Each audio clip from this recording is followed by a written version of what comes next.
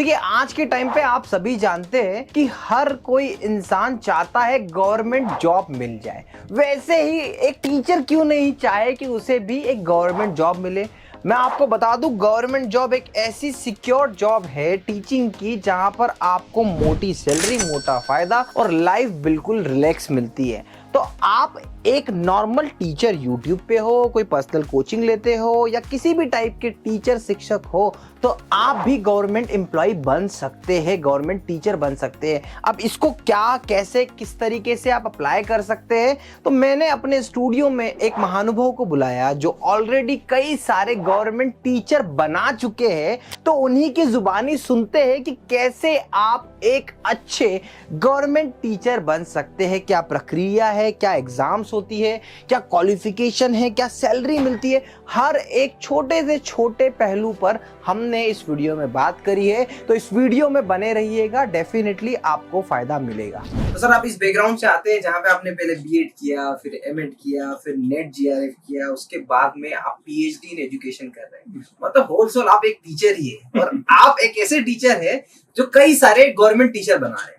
अब सर मैं इस वीडियो के माध्यम से स्पेशली आपसे जानना चाहता हूँ कि मुझ जैसा कोई एक नई फील्ड से या कोई ऐसे यंग टीचर या कोई एक्सपीरियंस टीचर अपनी लाइफ साइकिल को government job, government teaching job में ढालना चाहते हैं तो उसकी क्या प्रोसेस होगी sir? Please step by step बताइएगा। सर देखिए, अगर आप अपनी लाइफ में टीचर बनना चाहते हैं तो टीचर बनने के लिए 3 स्लैब है हमारे पास। First of all primary section, second is the secondary section, middle section and third is the upper या हायर सेक्शन।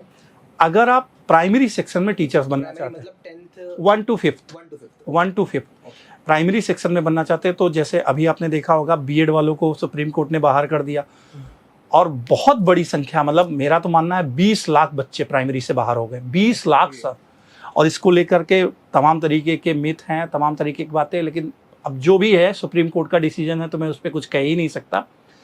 अब आज के मोमेंटम पे अगर हम देखें तो प्राइमरी के लिए डीएलएड या उसी को बीटीसी भी कहते हैं।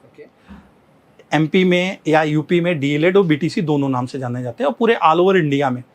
अब आपको अगर प्राइमरी सेक्शन में 1 to 5 तक टीचर बनना है तो आपको डीएलएड या बीटीसी करना पड़ेगा। उसके बाद अलग अलग स्टेट के और सेंट्रल के भी, जैसे सेंट्रल में सीटीटी है, अलग अलग स्टेट में एलिजिबिलिटी टेस्ट होते हैं। यूपी में यूपी टेट और एस्टेट, बिहार में, एमपी में, कहीं भी आप जाएंगे तो आपको टेट या सीटेट का एग्जाम क्वालिफाई करना पड़ेगा। देन आप प्राइमरी सेक्शन के लिए अलाउ हो सकते हैं। देन उसके बाद मिडिल सेक्शन में आते हैं।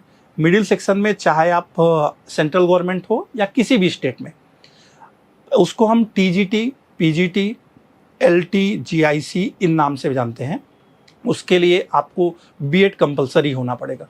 लेकिन क्योंकि मुझे लगता है कि पूरे ऑल ओवर इंडिया में केवल और केवल यूपी एक ऐसा स्टेट है जहां पीजीटी और जीआईसी के लिए अभी तक बीएड को मस्ट नहीं किया। लेकिन नई शिक्षा नीति जो आई है, न्यू एजुकेशन पॉलिसी में, इसमें बिना बीएड के आप पीजीटी का भी एग्जाम नहीं दे सकते। अब ये कह लीजिए, अगर आपको 6 से लेकर 12 तक की क्लास में टीचर अपॉइंट होना है, ठीक है, तो आपको बीएड कंपलसरी है पूरे ऑल ओवर इंडिया। बीएड करने के बाद में कोई कॉम्पिटिटिव एग्जाम? हाँ, बीएड करने के बाद भी सर अपर प्राइमरी सेक्शन का सीटेट भी होता है और स्टेट के एलिजिबिलिटी टेस्ट भी होते हैं। उसको क्लियर करने के बाद कुछ स्टेट्स ने, जैसे बिहार ने, यूपी ने एस्टेट कंपलसरी कर दिया है। एस्टेट के बाद आप 6 to 8 का एग्जाम दे सकते हैं। उसके बाद जब हम आगे बढ़ते हैं तो जैसे यूपी में है टीजीटी का एग्जाम है, वहाँ पर अभी तक तो माध्यमिक शिक्षा सेवा चयन बोर्ड था। पीजीटी का एग्जाम है। एलटी और जीआईसी की जो वैकेंसीज आती हैं वो लोक सेवा आयोग से आती है। तो उस एग्ज़ाम को, उसमें क्या होता है कि पीजीटी में और जीआईसी में रिटन के बाद इंटरव्यू, और टीजीटी में और एलटी में केवल एक रिटन का पेपर होता है। देन आप 9 to 10 और अगर पीजीटी या लेक्चरर ग्रेड में जाना चाहेंगे 11 to 12 में आप एलिजिबल हो जाते हैं और देन आपको जॉब मिल जाती है। और यही चीज़ सेंट्रल गवर्नमेंट पूरे ऑल ओवर स्टेट में इंडिया में लागू है। और then third is the higher section, जिसमें मैं हूँ। हायर सेक्शन की एलिजिबिलिटी ये है कि आप पीजी हो, पीजी होने के बाद आप नेट या जेआरएफ का एग्जाम क्रैक करें दैट सब्जेक्ट से, जिस सब्जेक्ट से आपने पीजी किया। सर मैं आपके चैनल के माध्यम से ये भी बताना चाहूँगा कि नेट और जीआरएफ केवल एक एलिजिबिलिटी टेस्ट है, लेकिन एक ही एग्जाम के 2 स्लैब हैं। अगर आप ऊपर से 6% के स्लैब में आते हैं तो जेआरएफ होता है। जेआरएफ को जूनियर रिसर्च फेलोशिप बोलते हैं। उसमें नियर अबाउट 25 लाख से लेकर के अब तो बढ़ गया है 28 लाख रुपए बच्चे को 5 साल में स्कॉलरशिप अवार्ड होती है। जो लोग नेट होते हैं उन्हें केवल डिग्री मिल जाती है, एलिजिबिलिटी हो जाती है, देन वो असिस्टेंट प्रोफेसर के लिए एलिजिबल हो जाते हैं। अगर आप ऑल ओवर इंडिया में कहीं भी बिना पीएचडी के भी नेट जेआरएफ क्रैक करके भी जाते हैं तो असिस्टेंट प्रोफेसर की एलिजिबिलिटी हो जाती है। लेकिन अगर डायरेक्ट यूनिवर्सिटीज में जाना है, जैसे 2 तरीके के एग्जाम्स होते हैं, 2 क्या 3 तरीके के मान लीजिए। हायर में भी एक होता है एडेड कॉलेज, एक होता है जीडीसी कॉलेज और एक होता है यूनिवर्सिटी। एडेड होता है वो सेमी गवर्नमेंट होता है, मतलब आधा मैनेजमेंट का होता है, आधा गवर्नमेंट का होता है। जो जीडीसी या गवर्नमेंट कॉलेज होते हैं वो पूरे के पूरे डेडिकेटेड होते हैं गवर्नमेंट को। और थर्ड इज द यूनिवर्सिटी, जैसे आपके यहाँ डीएवीवी है या हमारे यहाँ इलाहाबाद यूनिवर्सिटी है। इलाहाबाद यूनिवर्सिटी या डीएवीवी में अगर डायरेक्ट यूनिवर्सिटीज में आप असिस्टेंट प्रोफेसर के लिए अप्लाई करते हैं तो वहाँ पीएचडी का वेटेज मिलता है। अगर आप नेट जेआरएफ हैं देन पीएचडी हैं, देन एपीआई भी होता है सर। एपीआई क्या होता है कि आप सेमिनार्स कितने अटेंड करते हैं, जर्नल्स कितने अटेंड करते हैं, कितनी बुक्स पब्लिश हैं आपकी, इस सब के भी वेटेज होते हैं। इन सब को मिलाकर के ओवरऑल देन आप यूनिवर्सिटी में अप्लाई कर सकते हैं असिस्टेंट प्रोफेसर के लिए। लेकिन आप अगर डिग्री कॉलेज में चाहेंगे तो बिना पीएचडी के भी असिस्टेंट प्रोफेसर आप बन सकते हैं नेट जेआरएफ क्वालिफाई करके। नेट जेआरएफ क्वालिफाई हुआ मतलब आप किसी गवर्नमेंट कॉलेज में अप्लाई कर, प्राइवेट भी सर, अगर प्राइवेट भी आपको किसी भी कॉलेज में पढ़ाना है, यहाँ आपके शहर में तो बहुत सारे प्राइवेट कॉलेज हैं, वहाँ भी उन्हीं लोगों का अप्रूवल होता है जो नेट जेआरएफ क्वालिफाई होते हैं। मतलब अगर आपको हायर सेक्शन में जाना है, चाहे प्राइवेट हो चाहे गवर्नमेंट हो, बिना नेट जेआरएफ क्लियर किए आप नहीं जा सकते। हायर सेक्शन हो गया सर, जो मिडिल सेक्शन जो आपने बताया मुझको इसके बारे में, उसकी कॉम्पिटिटिव एग्जाम की तैयारी करने के लिए सही प्लेटफॉर्म क्या सेल्फ स्टडी की जा सकती है या फिर कोचिंग का माध्यम बनाना चाहिए, किस तरीके से किया? सर देखिए, क्योंकि हम पार्थ एजुकेशन और पूरे टीचर्स की टीम जो है, हम स्पेशली जो काम करते हैं वो यूपी टीजीटी पीजीटी के लिए काम करते हैं। लेकिन यूपी से लगा हुआ केवीएस, एनवीएस बिहार में इस समय है 9th 10th 11th 12th, तो आप self study is the most popular section. आप ये कह सकते हैं कि बिना सेल्फ स्टडी के कुछ नहीं होता। लेकिन कंपटीशन का जो लेवल है, नंबर ऑफ पोस्ट कितनी है 5000 6000, नंबर ऑफ कैंडिडेट कितने हैं 10 लाख। अब 5000 सीटों के लिए 10 लाख बच्चे कंपटीशन के लाइन में हैं। मैंने आपको बताऊं ना, पिछली बार हमारे यहाँ टीजीटी पीजीटी से बहुत ज़्यादा सिलेक्शन हुए और स्पेशली होम साइंस में near about Jyoti Pathak madam के निर्देशन में, गाइडेंस में, क्योंकि हमारे यहाँ लगभग 800 सीटें थी जिसमें से 500 प्लस सिलेक्शन हुए। और अदर सब्जेक्ट की भी कंडीशन ऐसी रही। होता क्या है कि आप बिना कोचिंग के भी सिलेक्ट हो सकते हैं, कोई नीड नहीं है सर कोचिंग की। मैंने आज तक कोचिंग नहीं पढ़ी फिर भी यहाँ तक पहुँचा ना, ऐसा कुछ नहीं है। लेकिन कंपटीशन का लेवल बहुत हाई है सर।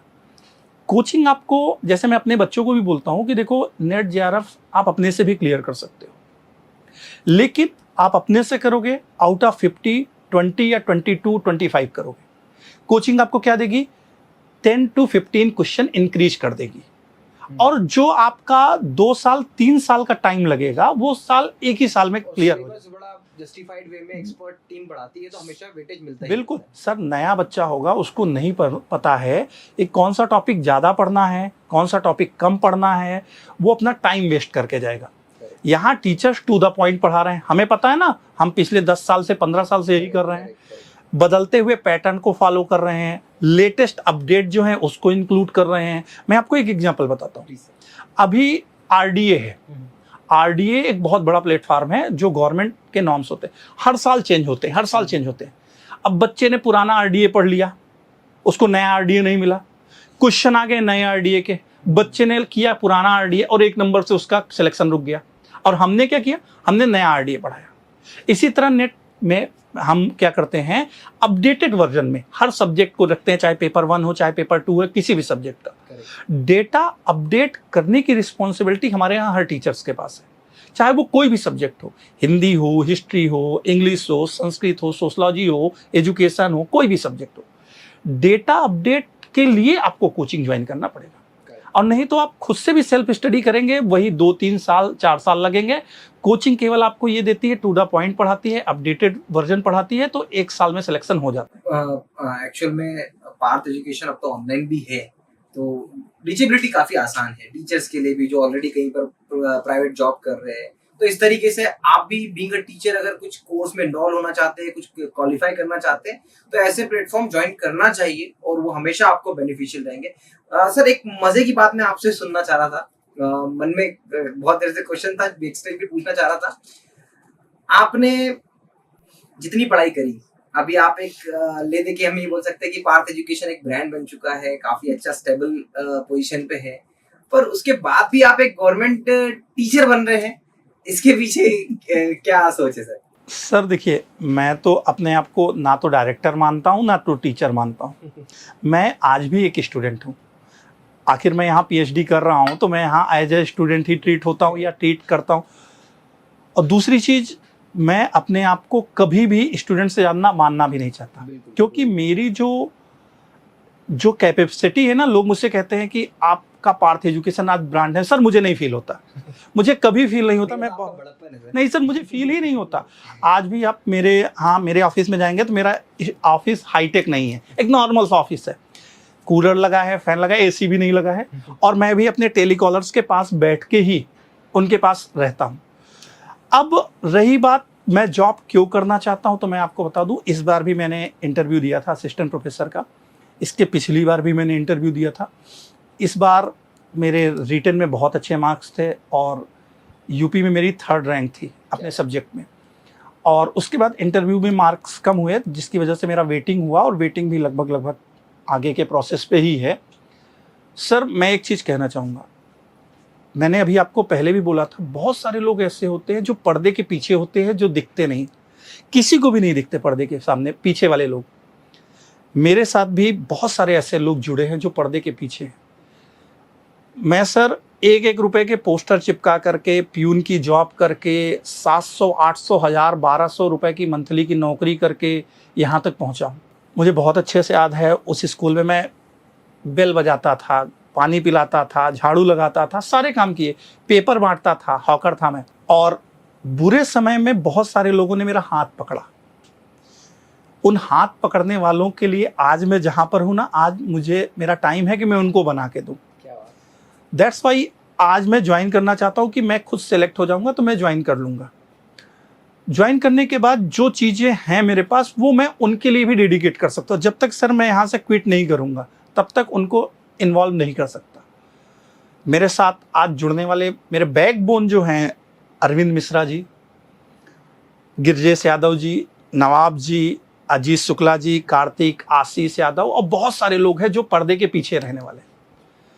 सर मैं चाहता हूं कि जब मेरा सिलेक्शन हो जाएगा तो मैं इन सबको भी कहीं ना कहीं एक ऐसी जगह पे लाके खड़ा करूंगा जहां पर ये कभी भी गिल्टी नहीं फील करेंगे कि ये पार्थ एजुकेशन से जुड़ करके इन्होंने अपना टाइम वेस्ट।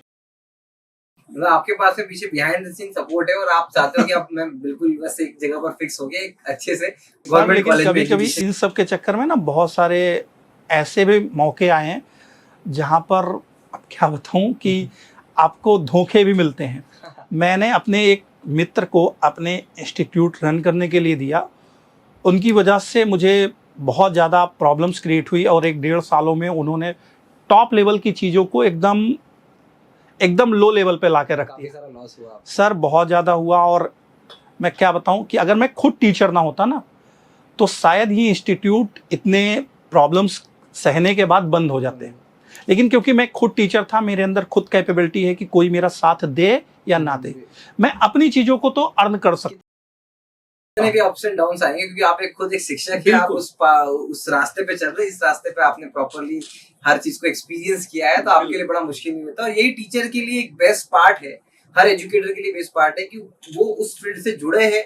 अगर एक टीचर डायरेक्टर बनता है तो डेफिनेटली वो हर वो पेन को समझता है, टीचर का भी और इन सब चीज का, और वही कारण रहा है कि पार्थ एजुकेशन आज। लेकिन सर मैं एक बात और बोलना चाहूँगा, कई बार ऐसा भी होता है, कुछ टीचर्स ये सोचने लगते हैं कि मैं डायरेक्टर बन करके खुद अर्न कर सकता हूँ। सर ये बहुत बड़ी प्रॉब्लम है, या तो आप टीचर बन सकते हैं या तो आप डायरेक्टर बन सकते हैं, छोड़ना पड़ता है। एक ही साथ दोनों चीजें। मैं पहले आपको बताऊं 2016, 17, 18 में मैं पर डे लगभग 12-15 घंटे टीचिंग करता था। ओहो। 12 से 15 घंटे सर, ये लोगों को लग रहा होगा लेकिन ये सही है। नहीं, सच्चाई ये देखा है सर कई मैंने teachers को देखा है। मॉर्निंग के 5 बजे से ऑफलाइन क्लास स्टार्ट होती थी 5 o'clock, और इवनिंग के 10-11 o'clock खत्म होती थी, मुझे बहुत अच्छे से याद है। और दैट टाइम से लेकर आज तक मैं देखूंगा तो या तो आपकी टीचिंग बर्न हो जाएगी या तो आपकी डायरेक्टरशिप बर्न हो जाएगी, दोनों एक साथ नहीं चल सकती हैं। हाँ, कुछ ना कुछ छोड़ना पड़ेगा, कितनी भी आप कोशिश कर लीजिए कुछ घंटे टीचिंग के छोड़ दीजिए और ऐसा मैनेज सर। लेकिन उसमें भी बहुत सारे लोग ऐसे होते हैं जो जब प्रॉब्लम, जैसे मेरे साथ जो प्रॉब्लम्स आई ना, इसमें भी बहुत सारे लोग भाग जाते हैं। हाँ, जब प्रॉब्लम सर पे आती है तो फिर वो टीचिंग छूट जाती है और डायरेक्टरशिप टीचिंग भी भी खराब छूट हो जाएगी। जाएगी, डायरेक्टरशिप भी खराब हो जाएगी, कोचिंग इंस्टीट्यूट भी बंद हो जाते हैं। लेकिन अगर आपके पास बहुत सारे लोग हैं, बहुत सारे ऐसे लोग हैं जिन पे ब्लाइंड ट्रस्ट किया जा सकता है। मैं आज भी कहता हूं कि अगर अरविंद जी ना होते, आशीष ना होता, नवाब ना होता, गिरजेश ना होता, तो मैं शायद यहाँ तक नहीं आ पाता, नहीं आ पाएंगे कभी भी। मैं यहाँ आपके सामने बैठा हूँ, वहाँ क्या हो रहा है इनके ऊपर डिपेंडेंसी। ये बहुत अच्छा एग्जांपल दे रहे हैं कि अक्सर टीचर को मैं यही कहता हूँ कि आपको अपने हैंड्स बढ़ाने पड़ेंगे। अगर आपको सच में एजुकेशन डोमेन में आगे बढ़ना है तो आपको ऐसे सर के जो आशीष साहब है ना, नवाब साहब है, वैसे साहब आपको साथ में रखने पड़ेंगे, तभी जाके एक अच्छा एम्पायर खड़ा होता है। सर बड़ा एक क्वेश्चन मेरे माइंड में बहुत देर से चल रहा है, और जब हम बात कर रहे थे, आप एक टीचर हैं, टीचर के साथ साथ आप एक यूट्यूबर है जिसने यूट्यूब पे काफी सक्सेस हासिल करी, 5 लाख सब्सक्राइबर है। आपने ऑफलाइन कोचिंग में अच्छी सक्सेस हासिल करी, इसके बाद में आप पीएचडी कर रहे हैं एजुकेशन डोमेन से। आपकी नजर में एक अच्छे टीचर की क्या क्या क्वालिटी होने चाहिए जो वो यूट्यूब पर भी सक्सेस हो पाए, वो फिजिकल कोचिंग में भी सक्सेस हो पाए? ऐसी क्या क्वालिटी टीचर के अंदर होनी चाहिए? सर सबसे पहली चीज, बच्चों के साथ आप कभी भी चीट मत करो। आपकी कोचिंग से, इंस्टीट्यूट से, डायरेक्टर से पटरी खाए या ना खाए, इट डजंट मैटर सर। हमारे वैचारिक मतभेद बिल्कुल हो सकते हैं, इसमें कोई बड़ी बात नहीं होती कि मेरी हर बात आप अडॉप्ट कर लो या आपकी हर बात मैं अडॉप्ट कर लूँ। लेकिन जैसे मैंने किया ना, मैंने भी दूसरे इंस्टीट्यूट क्विट करने से पहले 3 महीने पहले बता दिया और पूरी की चीजें वहीं फाइनल कर दी। दूसरी चीज, हमारे यहाँ एक सबसे बड़ी बात होती है रेगुलरिटी। आप कम अच्छा पढ़ाइए सर, लेकिन रेगुलर पढ़ाइए। आपने अभी एग्जाम्पल दिया ना कुमार गौरव सर का, अभी बैक टू आपने एग्जाम्पल दिया कि कुमार गौरव सर इसलिए सक्सेसफुल कंडीशन पे हैं क्योंकि उन्होंने 365 डेज में 1 दिन की छुट्टी ली, और वो भी किसी कंडीशन पे। हमारे यहाँ भी मैं आपको बताऊं, ज्योति पाठक मैडम का सक्सेस होने का सबसे बड़ा रीजन, एक तो उनका बच्चों के प्रति डेडिकेशन टॉप लेवल का। बच्चों के प्रति डेडिकेशन, मतलब सर कि जो वो पढ़ा रहे हैं वो बिल्कुल जेन्युइन हो? बिल्कुल। कैसे मतलब? सर मैं बता देता हूँ। और दूसरी चीज रेगुलरिटी। कुछ भी हो जाए, कितने भी बीमार हो जाएं, खाना खाएं या ना खाएं, कुछ भी घटना घट जाए, हमारी क्लास नहीं बंक होगी। और डेडिकेशन का मतलब ये होता है कि बच्चे जिस तरीके से हमारे साथ जुड़ना चाहते हैं। कई बार ऐसा होता है, मैं खुद आपको बताऊं, मैं बच्चों से डायरेक्ट कनेक्ट नहीं हो पाता। बहुत सारे बच्चे कहते हैं रोहित सर से बात करनी। अगर मैं सबसे बात करने लगूंगा तो सर मैं अपना काम नहीं कर पाऊंगा। लेकिन हमारे यहाँ 2 टीचर्स हैं मैडम जो हैं, वो डायरेक्ट बच्चों से कनेक्टेड है। दूसरी सबसे बड़ी इंपॉर्टेंट बात, अपडेटेड वर्जन। मैडम या किसी भी टीचर की सबसे बड़ी स्ट्रेंथ की जो है वो अपडेटेड वर्जन है सर। जो भी डाटा हम बच्चे को प्रोवाइड कर रहे हैं वो कहीं भी नहीं मिल रहा है, कहीं भी यूट्यूब पे भी नहीं मिल रहा है, फिजिकल ऑफलाइन क्लास में भी नहीं मिल रहा है। लेकिन हमने क्या किया, एक बुक्स पढ़ी, दूसरी बुक्स पढ़ी, तीसरी पढ़ी, चौथी पढ़ी, सेटिस्फाई नहीं हुए। फिर हमने क्या किया, टीचर से, जो टीचर्स टॉप ग्रेड के टीचर हैं दैट सब्जेक्ट में, उनसे हमने हेल्प ली, उन्होंने हमें बताया। फिर हमने बच्चों को जस्टिफाई करना शुरू किया। तो अगर कोई भी टीचर, चाहे फिजिकली ऑफलाइन में, चाहे ऑनलाइन यूट्यूब पर अपने आप को बहुत पॉपुलर करना चाहता है, तो उसके लिए सबसे बड़ी बात रेगुलरिटी। रेगुलरिटी का मतलब 365 डेज में आप 365 डेज, ना तो आपके पास होली हो, ना तो दीपावली हो, ना तो रक्षाबंधन हो, ना तो कोई भी घर का काम हो, यहाँ प्रॉब्लम क्या होती है, आज मेरे पापा का ये है इसलिए बंद कर दिया, आज मुझे यहाँ शादी में जाना है ये बंद। कमी नहीं है। सर बहुत, और सर बहाने बनाने से ना कोई भी आप 2 दिन 4 दिन साल भर 2 साल चल सकते हैं मार्केट में, लेकिन कहीं ना कहीं डिक्लाइन ही जाती है। क्योंकि टीचर की एक छुट्टी हजारों बच्चों की छुट्टी। बहुत सर, बहुत सर। ये बहुत एक आपने सब जिससे मुझे समझ में आया कि पहला आपने बताया कि कंसिस्टेंट रहना पड़ेगा, उसके बाद डेडिकेशन बहुत स्ट्रांग है, और आपका जो कंटेंट नॉलेज है, मतलब जो सब्जेक्ट की नॉलेज आपका है अपडेटेड वो हो। पूरा अपडेटेड होना चाहिए। अगर ये तीनों चीज का कॉम्बिनेशन बनता है तो चाहे वो यूट्यूब हो या ऑफलाइन कहीं भी सर कोई कहीं से सीख के नहीं आता। मैंने भी जब शुरुआत की थी तो मुझे इतना नहीं आता था। और सबसे बड़ी बात यूट्यूब के लिए सर सिर्फ कैमरे हैं, सामने कोई भी नहीं है, और लोगों के लिए एक बहुत बड़ी प्रॉब्लम होती है कैमरे को फेस करना। अब हमारे मन में क्या है, हमारा मन एकदम हल्का हो चुका है कैमरे फेस करते करते, लेकिन YouTube पे बहुत सारे ऐसे भी कंटेंट होते हैं जो कूड़ा होते हैं या गलत होते हैं। बच्चा उनको पढ़ता है, कंफ्यूजन क्रिएट करता है, एग्जाम में जाके लिखता है, एक क्वेश्चन से फेल हो जाता है। कौन रिस्पॉन्सिबल होगा? और हम अपने बच्चे को बोलते हैं सर कि तुम्हारे साथ कोई भी प्रॉब्लम्स है ना, तुम लेके आओ, मैं रिस्पॉन्सिबिलिटी लेता हूँ। क्योंकि सर हम अपडेटेड हैं, हमारे सारे टीचर्स अपडेटेड हैं, और मैं खुद इस बात को लेकर के आगे वेरी करता हूं कि किसी भी टीचर्स को हम कहते हैं कि भैया अपडेट जरूर हो जाना। मैं खुद अपडेट होता हूं, और जब तक खुद नहीं करेंगे सर करवा भी नहीं पाएंगे दूसरे से। तो आशा करता हूं अब आपके सारे डाउट क्लियर हो गए होंगे और जल्दी से आप अपनी गवर्नमेंट टीचर बनने की तैयारी में लग गए होंगे। Thank you so much for watching.